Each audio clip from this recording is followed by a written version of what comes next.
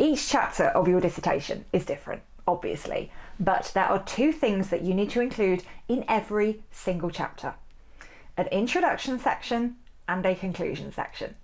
Your literature review needs an introductory and a concluding section. Your methodology needs an introductory and a concluding section. But before we get started, there is one thing I just want to be really clear about. This video is not about your introduction chapter or your conclusion chapter, okay? It's about the introductory and the concluding sections of every chapter.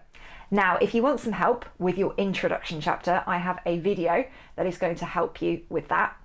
And similarly, if you need some assistance with your conclusion chapter, I got a video for that as well.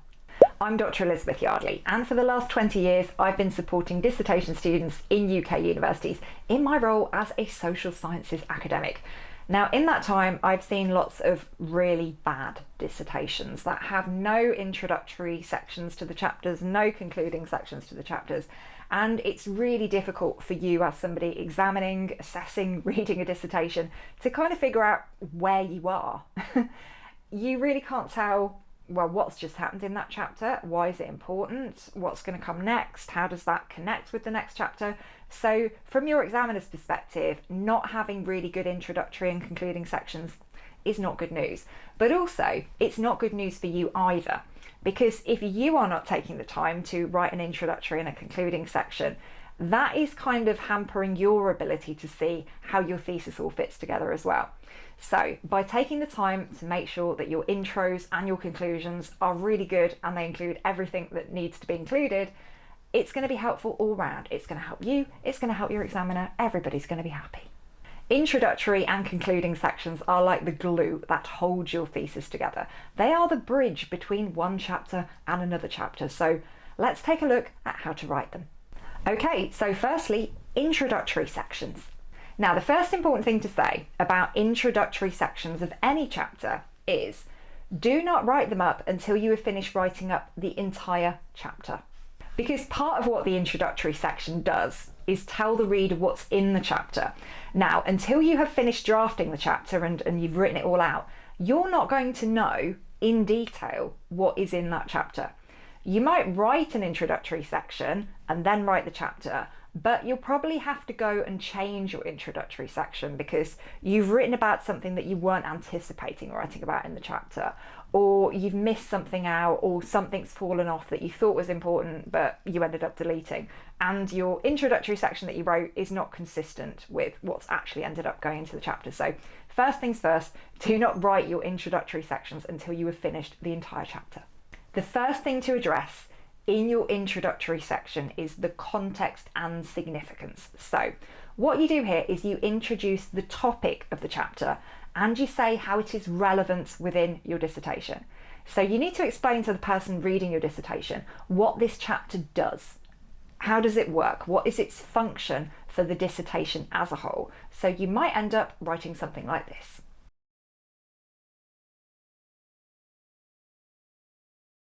After you've covered context and significance, you need to tell the person reading your dissertation what is coming up in that chapter. You need to give them an overview of the chapter structure. Tell the reader what's going to happen in the chapter and the order in which it's going to happen. And here's an example of what that might look like.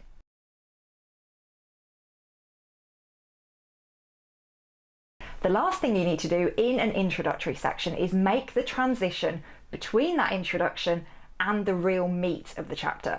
You need to make it really clear to the person who's reading your dissertation that you are leaving the introductory section behind now and you are getting into the nitty-gritty.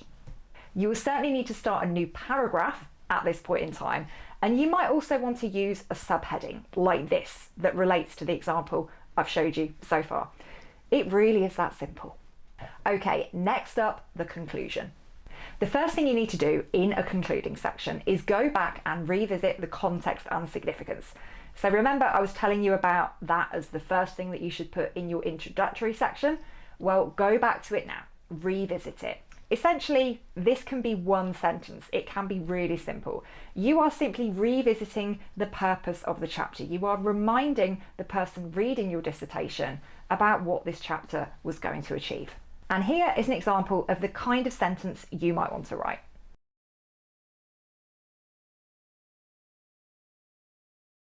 The next thing you need to do is recap the main points from this chapter. So you need to go back and provide a very short, very concise summary of what it was that the chapter has covered.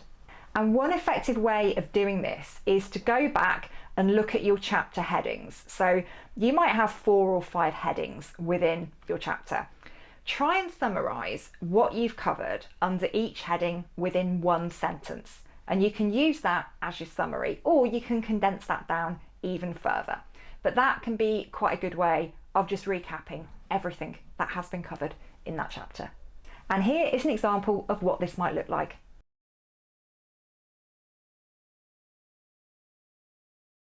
The last thing you need to do is provide a bridge to the next chapter. So here you are essentially closing this chapter off and opening the door for the next one.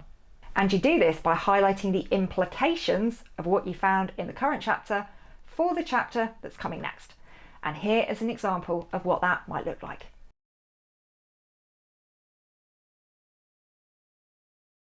And that is how you structure the introductory and concluding sections of every chapter. So to recap, the introductory sections need to cover context and significance, chapter structure, and make a clear transition to the main body. Your concluding sections need to revisit context and significance. They need to summarise the key points of the chapter, and they need to provide a bridge to the next chapter by thinking about the implications of what you discovered in that chapter for the next one.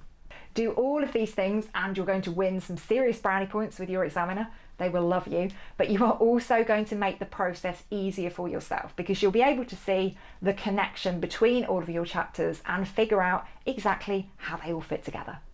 And I will be back next time with another video on how to supercharge your dissertation.